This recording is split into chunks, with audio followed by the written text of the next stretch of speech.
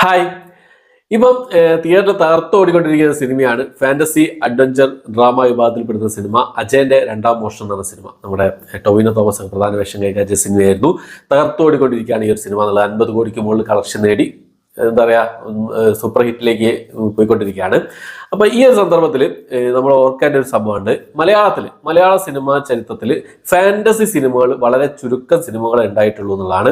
ഇത്രയും കാലങ്ങൾക്കിടയിൽ വളരെ ചുരുക്കം സിനിമകളെ ഫാന്റസി സിനിമകളായിട്ട് വന്നിട്ടുള്ളൂ എന്നുള്ളതാണ്. അതിൽ എനിക്ക് എന്താ പറയുക എനിക്കിഷ്ടപ്പെട്ട 10 സിനിമകളാണ്, എനിക്കിഷ്ടപ്പെട്ടതും ഞാൻ കാണണമെന്ന് ആഗ്രഹിക്കുന്നതുമായ 10 സിനിമകളാണ് ഈ ഒരു വീഡിയോയിലൂടെ നിങ്ങൾക്ക് മുന്നിലേക്ക് എത്തിക്കാൻ ശ്രമിക്കുന്നത്. ഏതൊക്കെ സിനിമകളാണെന്ന് നോക്കാം.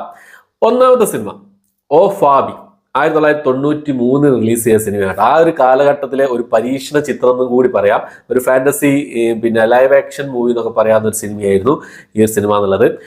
ഈ സിനിമയിൽ ഫാബി എന്നുള്ളൊരു കഥാപാത്രം ആനിമേഷൻ കഥാപാത്രമാണ്. നമ്മുടെ ഷമ്മി തിലകനാണ് ആ ഒരു ആനിമേഷൻ കഥാപാത്രത്തിന്റെ ശബ്ദം കൊടുത്തിട്ടുള്ളത്.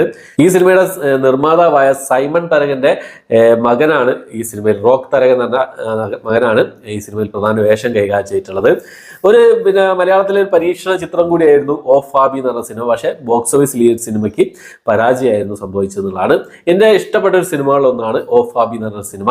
ആ ഒരു കാലഘട്ടത്തിലെടുത്ത വളരെ മികച്ചൊരു സിനിമ കൂടിയായിരുന്നു ഓ ഫാബി എന്ന സിനിമ. എനിക്ക് ഇഷ്ടപ്പെട്ട സിനിമയാണ്. നിങ്ങൾ ആരെങ്കിലും കണ്ടവരുണ്ടെങ്കിൽ നിങ്ങളുടെ അഭിപ്രായങ്ങൾ കമന്റ് ബോക്സിൽ രേഖപ്പെടുത്താൻ ശ്രമിക്കുക. രണ്ടാമത്തെ സിനിമ എന്നുള്ളത് 2014 പുറത്തിറങ്ങിയ ഒരു സിനിമയാണ്. ഒരു ഫാന്റസി കോമഡി ഡ്രാമ വിഭാഗത്തിൽപ്പെടുന്ന സിനിമയാണ്. ഒരു പെണ്ണിന്റെയും ഒരാണിന്റെയും ശരീരം അങ്ങോട്ടും ഇങ്ങോട്ട് മാറിപ്പോയാൽ എന്താ സംഭവിക്കാം, ആ ഒരു കൺസെപ്റ്റ്, ആ ഒരു സംഭവത്തെ അടിസ്ഥാനമാക്കി എടുത്ത സിനിമയായിരുന്നു ഇതിഹാസ എന്ന് പറഞ്ഞ സിനിമ. ഷൈൻ ടോം ചാക്കോ അതുപോലെ തന്നെ അനുശ്രീ എന്നിവരൊക്കെ പ്രധാന വേഷം കൈകാര്യം ചെയ്ത സിനിമയായിരുന്നു. പിന്നെ ഈ ഒരു സിനിമ എന്നുള്ളത് 2002 പുറത്തിറങ്ങിയ ഹോളിവുഡ് മൂവിയായ ദ ഹോട്ട് ചിക്ക് എന്ന സിനിമയുടെ ഇൻസ്പിറേഷൻ ആയിട്ട് എടുത്ത സിനിമയാണ് ഈ ഒരു സിനിമ എന്നുള്ളത്. പിന്നെ 2019 ഒരു മാസ്ക് എന്ന് പറഞ്ഞൊരു സിനിമ കൂടി ഇതേപോലെ ഈ ഒരു ടീമിന്റെ തന്നെ പുറത്തിറങ്ങിയിരുന്നു. അതുപോലെ പക്ഷേ അത്ര ഹിറ്റ് ആയില്ല. പക്ഷേ ഈ ഒരു സിനിമ അത്യാവശ്യം കുഴപ്പമില്ലാത്തൊരു സൈലന്റ് ഹിറ്റ് കൂടിയായിരുന്നു എന്നുള്ളതാണ്. എനിക്ക് ഇഷ്ടപ്പെട്ട ഒരു സിനിമ കൂടിയാണ് ഇതിഹാസ എന്ന് പറഞ്ഞാൽ. ഷൈൻ ടോം ചാക്കോയുടെ പെർഫോമൻസ് ഒക്കെ അടിപൊളിയായിരുന്നു എന്നുള്ളതാണ്. മൂന്നാമത്തെ സിനിമ ജീവിതവും മരണവും മരണാനന്തര ജീവിതവും അതിനെക്കുറിച്ചൊക്കെ അടിസ്ഥാനമാക്കിയ ഒരു സിനിമ എടുത്ത സിനിമയായിരുന്നു. ആസിഫ് അലി, ലാല് എന്നിവരൊക്കെ പ്രധാന വേഷം, മഡോണ സെബാസ്റ്റ്യൻ എന്നിവരൊക്കെ പ്രധാന വേഷം കൈകാര്യം ചെയ്ത ഇബിലീസ് എന്ന് പറഞ്ഞ സിനിമ രോഹിത് VS ആയിരുന്നു ഈ സിനിമ സംവിധാനം ചെയ്തിട്ടുള്ളത്. 2018 ഈ സിനിമ റിലീസ് ചെയ്തതെന്നുള്ളതാണ്. ഞാൻ എന്താ പറയുക എനിക്ക് ഇഷ്ടപ്പെട്ട ഒരു പരീക്ഷണ ചിത്രം കൂടിയായിരുന്നു. ഒരു ഫാന്റസി ഡ്രാമ വിഭാഗത്തിൽപ്പെടുന്ന സിനിമയാണ്. എനിക്ക് ഇഷ്ടപ്പെട്ട സിനിമ കൂടിയായിരുന്നു ഈ ഒരു സിനിമ എന്നുള്ളത്. ശ്രീനാഥ് ബാസി, സൗജു കുറുപ്പൊക്കെ പ്രധാന വേഷം കൈകാര്യം ചെയ്യുന്നുണ്ട്. അജു വർഗീസ് ഈ സിനിമയിൽ എന്താ പറയുക ഒരു അതിഥി താരമായിട്ട് എത്തുന്നുണ്ട് എന്നുള്ളതാണ്. 2018 ഈ ഒരു ഫാന്റസി കോമഡി മൂവി റിലീസ് ചെയ്തിട്ടുള്ളത്. കാണേണ്ട സിനിമ കൂടിയാണ് ഈ ഒരു സിനിമ എന്നുള്ളത്. അടുത്തത് ഒരു മുത്തശ്ശി കഥ പോലെ പറഞ്ഞ എന്താ പറയുക നമ്മൾ ചാത്തൻ കഥകളും മറ്റു കാര്യങ്ങളൊക്കെ അതുപോലെ മുത്തശ്ശി കഥ, നാടോടി കഥകളൊക്കെ നമ്മൾ കേട്ടിട്ടുണ്ടാകും. ആ ഒരു മൂഡിൽ എടുത്ത ഒരു സിനിമയായിരുന്നു 2022 റിലീസ് ചെയ്ത കുമാരി എന്ന് പറഞ്ഞ സിനിമ. നമ്മുടെ ഐശ്വര്യലക്ഷ്മി ആയിരുന്നു ഈ സിനിമയിൽ പ്രധാന വേഷം കൈകാര്യം ചെയ്തിട്ടുള്ള. കുമാരി എന്നുള്ള ഒരു ടൈറ്റിൽ റോൾ വന്നിട്ടുള്ളത് ഐശ്വര്യലക്ഷ്മി ആയിരുന്നു. ഷൈൻ ടോം ചാക്കോ മറ്റൊരു വേഷത്തിൽ വന്നിട്ടുണ്ട്. അതുപോലെ തന്നെ സുരഭി ലക്ഷ്മി, തൻവീർ റാം എന്നിവരൊക്കെ ഈ സിനിമയിൽ പ്രധാന വേഷം കൈകാര്യം ചെയ്തിട്ടുള്ളതാണ്. നമ്മളെ തമ്പാട് എന്ന സിനിമ ഇപ്പൊ റിലീസ് ചെയ്തിട്ടുണ്ട്. ഏകദേശം അതിനോടൊക്കെ കിടപിടിക്കാവുന്ന രീതിയിലുള്ള ഒരു മേക്കിംഗ് ശൈലിയും കാര്യങ്ങളൊക്കെ ആയിരുന്നു ഈ ഒരു സിനിമ എന്നുള്ളത്. വളരെ മികച്ചൊരു അവതരണമായിരുന്നു. വലിയൊരു വിജയം കരസ്ഥമാക്കാൻ സാധിച്ചില്ല ഈ ഒരു സിനിമയ്ക്ക്. പക്ഷെ നല്ലൊരു സിനിമയായിട്ടാണ് എനിക്ക് ഈ സിനിമ തോന്നിയിട്ടുള്ളത്. അതുപോലെ എന്താ പറയുക ഇതുപോലുള്ള സിനിമ മുത്തശ്ശി കഥ പോലെ നാടോടി കഥകൾ, ആ ഒരു ചാത്തൻ കഥകൾ, അതുപോലെയൊക്കെ ആ ഒരു ടെംപ്ലേറ്റിലൊക്കെ ഉള്ള സിനിമകളൊക്കെ ഇഷ്ടപ്പെടുന്ന ആൾക്കാർക്ക് എന്തായാലും കാണാൻ പറ്റിയൊരു സിനിമയാണ് കുമാരി എന്ന് പറഞ്ഞ സിനിമ. അതേപോലെ തന്നെ 2005 റിലീസ് ചെയ്ത ഒരു fantasy fantasy horror, dark fantasy horror വിഭാഗത്തിലൊക്കെ പെടുത്താവുന്ന സിനിമയായിരുന്നു അനന്തഭദ്ര എന്ന് പറഞ്ഞ സിനിമ. One of the best fantasy movie എന്ന് പറയാവുന്ന സിനിമയായിരുന്നു മലയാളത്തിൽ റിലീസ് ചെയ്ത. ഈ യക്ഷിക്കഥകളും എന്താ പറയുക പഴയ കാവും അതുപോലെ തന്നെ ബ്ലാക്ക് മാജിക്കും ഇല്ലവും അതുപോലുള്ള സംഭവങ്ങളൊക്കെ കോർത്തിണക്കിക്കൊണ്ട് ചെയ്ത സിനിമയായിരുന്നു. ഒരു മികച്ച എക്സ്പീരിയൻസ് തന്നെയായിരുന്നു ഈ ഒരു സിനിമകളുടെ. മികച്ച പാട്ടുകളും മികച്ച ക്യാമറ വർക്കുകളും എല്ലാം കൊണ്ടും പെർഫോമൻസുകളും കൊണ്ടൊക്കെ സൂപ്പറായ സിനിമയാണ്. സന്തോഷ് ശിവനാണ് ഈ ഒരു സിനിമ സംവിധാനം ചെയ്തിട്ടുള്ളത്. സുനിൽ പരമേശ്വരന്റെ ഇതേ പേരുള്ള നോവലിനെ അടിസ്ഥാനമാക്കിയിട്ടാണ് ഈ ഒരു സിനിമ നിർമ്മിച്ചതെന്നുള്ളതാണ്. പൃഥ്വിരാജ് സുകുമാരൻ, അതുപോലെ തന്നെ കാവ്യ മാധവൻ, മനോജ് കെ ജയൻ, കലാഭവൻ മണി എന്നിവരൊക്കെയാണ് ഈ സിനിമയിൽ പ്രധാന വേഷം കൈകാര്യം ചെയ്തിട്ടുള്ളത്. ഈ ഒരു സിനിമ കാണാത്തവർ വളരെ വളരെ വളരെ ചുരുക്കമായിരിക്കും. ഇതുവരെ കണ്ടിട്ടില്ലെങ്കിൽ നഷ്ടം തന്നെയായിരിക്കും. എന്തായാലും കണ്ടു നോക്കാവുന്ന ഒരു സിനിമയാണ് 2005 പുറത്തിറങ്ങിയ അനന്തഭദ്രം എന്ന് പറയുന്ന സിനിമ. 5ാമത്തെ സിനിമ അനന്തഭദ്രം എന്ന് പറഞ്ഞ സിനിമയാണ്. 6ാമത്തെ സിനിമ 1997 പുറത്തിറങ്ങിയ ഒരു ഫാന്റസി ഡ്രാമ വിഭാഗത്തിൽപ്പെടുന്ന സിനിമയാണ്. കാലം തെറ്റി പുറത്തിറങ്ങിയ സിനിമ എന്നൊക്കെ പറയുന്ന ആ ഒരു രീതിയിലായിരുന്നു ഈ സിനിമയുടെ പരാജയം എന്നുള്ളത്. ഇപ്പോൾ എല്ലാവരും പുകഴ്ത്തുന്ന ഒരു സിനിമ കൂടിയായിരുന്നു ഈ സിനിമ. നമ്മുടെ ലാലേട്ടന്റെ ഗുരു എന്ന് പറഞ്ഞ സിനിമയാണ് ഞാൻ പറയുന്നത്. മതം കൊണ്ടുണ്ടാകുന്ന വർഗീയ കലാപങ്ങളും കാര്യങ്ങളും അതാണ് ഈ സിനിമയുടെ ഒരു പ്ലോട്ട് എന്നുള്ളത്. അതൊരു ഫാന്റസി മൂഡില് ജനങ്ങളിലേക്ക് എത്തിച്ച ഒരു സിനിമ കൂടിയായിരുന്നു ഗുരു എന്ന് പറഞ്ഞ സിനിമ എന്നുള്ളത്. മോഹൻലാല്, സുരേഷ് ഗോപി, മധുബാല്, കാവേരി പിന്നെ എന്നിവരൊക്കെയായിരുന്നു ഈ സിനിമയിൽ പ്രധാന വേഷം കൈകാര്യം ചെയ്തിട്ടുള്ളത്. നല്ലൊരു എക്സ്പീരിയൻസ്, നല്ലൊരു അനുഭവമായിരുന്നു ഈ ഒരു സിനിമ എന്നുള്ളത്. കാലം തെറ്റി സഞ്ചരിച്ച സിനിമ എന്നുള്ള ആ ഒരു എപ്പോഴും പറയുന്ന ഒരു സിനിമ കൂടിയായിരുന്നു ഗുരു എന്ന് പറഞ്ഞ സിനിമ. കാണാത്ത ഒരു ചുരുക്കമായിരിക്കും ഇപ്പോൾ ഈ ഒരു കാലഘട്ടത്തിൽ ആ ഒരു സിനിമ തേടി പിടിച്ച് കണ്ടവരായിരിക്കും കൂടുതലുണ്ടാവുക. ഗുരു എന്ന് പറഞ്ഞ സിനിമ 6ാമത്തെ സിനിമയാണ്. 1997 പുറത്തിറങ്ങിയ one of the best movie എന്ന് പറയാവുന്ന ഒരു സിനിമയാണ് ഗുരു എന്ന് പറഞ്ഞ സിനിമ. ആ ഒരു സമയത്ത് ഈ സിനിമ പിന്നെ പരാജയമായിരുന്നു, ബോക്സ് ഓഫീസിൽ പരാജയമായിരുന്നു. 7ാമത്തെ സിനിമ ഒരു അത്ഭുതം തന്നെയായിരുന്നു. സംവിധായകൻ വിനയന്റെ ഒരു അത്ഭുതം തന്നെയായിരുന്നു അത്ഭുത ദ്വീപ് എന്ന സിനിമ. ഒരു മറ്റൊരു ലോകത്തിൽ, അതായത് കുള്ളന്മാർ മാത്രം, ആണുങ്ങളെല്ലാവരും കുള്ളന്മാരായിരിക്കും. ആ ഒരു പിന്നെ ലോകത്തിലേക്ക്, മറ്റൊരു ലോകത്തിലേക്ക് നമ്മുടെ സാധാരണക്കാരായ മനുഷ്യർ എത്തിപ്പെടുന്നതും അവർ വലിയ ആൾക്കാരെ അവർ രാക്ഷസന്മാരായിരിക്കും കണക്കാക്കിയിട്ടുണ്ടാകുക.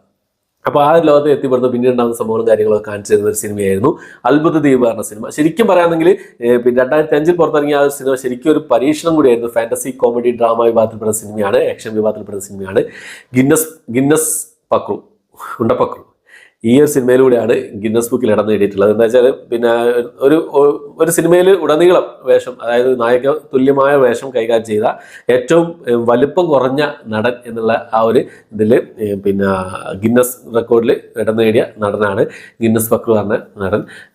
അതുകൂടാതെ ഏറ്റവും കൂടുതൽ കുള്ളന്മാർ അഭിനയിച്ച സിനിമ എന്നുള്ള പേരിലും ഈ ഒരു സിനിമ ഗിന്നസ് റെക്കോർഡിൽ ഇടം നേടിയിട്ടുണ്ട് എന്നുള്ളതാണ്. വിനയന്റെ one of the best movie എന്ന് പറയാവുന്ന ഒരു സിനിമ കൂടിയാണ് അത്ഭുത വിളക്ക്. അതായത് ഈ ഒരു ജേണൽ, ഫാന്റസി ജേണലിൽ പെടുത്തുന്ന സിനിമ. അതിനുശേഷം വേറെ കുറെ അതിശയൻ പോലുള്ള സയൻസ് ഫിക്ഷൻ ഫാന്റസി പടങ്ങളൊക്കെ അദ്ദേഹം പുറത്തിറങ്ങിയിട്ടുണ്ട്. അതും ഒരു ബ്ലണ്ടർ ആയിരുന്നു കേട്ടോ. ആ ഒരു സമയത്ത് ആ ഒരു ബജറ്റിൽ പുറത്തിറങ്ങിയ ഒരു സിനിമ നല്ലൊരു മികച്ചൊരു സിനിമാനുഭവം തന്നെയായിരുന്നു എന്നുള്ള പറയാം. അതൊക്കെയാണ് ഈ ഒരു സിനിമ. 8ാമത്തെ സിനിമ എന്നുള്ളത് പിന്നെ സിദ്ധാർത്ഥ് ഭരതൻ സംവിധാനം ചെയ്ത് സൗബിൻ ഷാഹിർ പ്രധാന വേഷം കൈകാര്യം ചെയ്ത ജിന്ന് എന്ന് പറഞ്ഞ സിനിമയായിരുന്നു.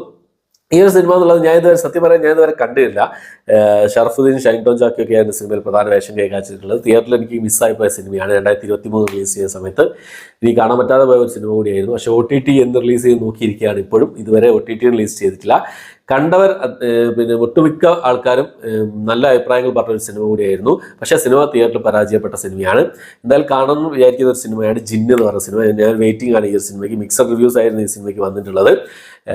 ഒരു ഫാന്റസി ഡ്രാമ വിഭാഗത്തിൽപ്പെട്ട സിനിമയാണ്. അതിൻ്റെ ട്രെയിലറും ടീസറും കണ്ട സമയത്ത് ഒരു ആകാംക്ഷ ഉണ്ടായിരുന്നു കാണാനെങ്കിലും ആ ഒരു സമയത്ത് എനിക്ക് കാണാൻ പറ്റാതെ പോയൊരു സിനിമ കൂടിയായിരുന്നു ഈ സിനിമ എന്നുള്ളത്.